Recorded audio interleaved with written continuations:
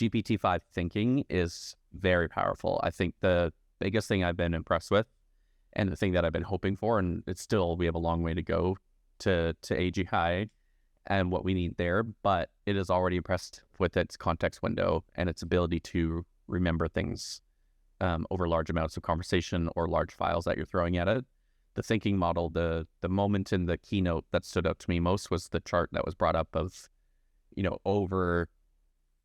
they say there's 1 million tokens that it can handle kind of thing, but realistically, it starts to degrade performance at about 192,000 tokens.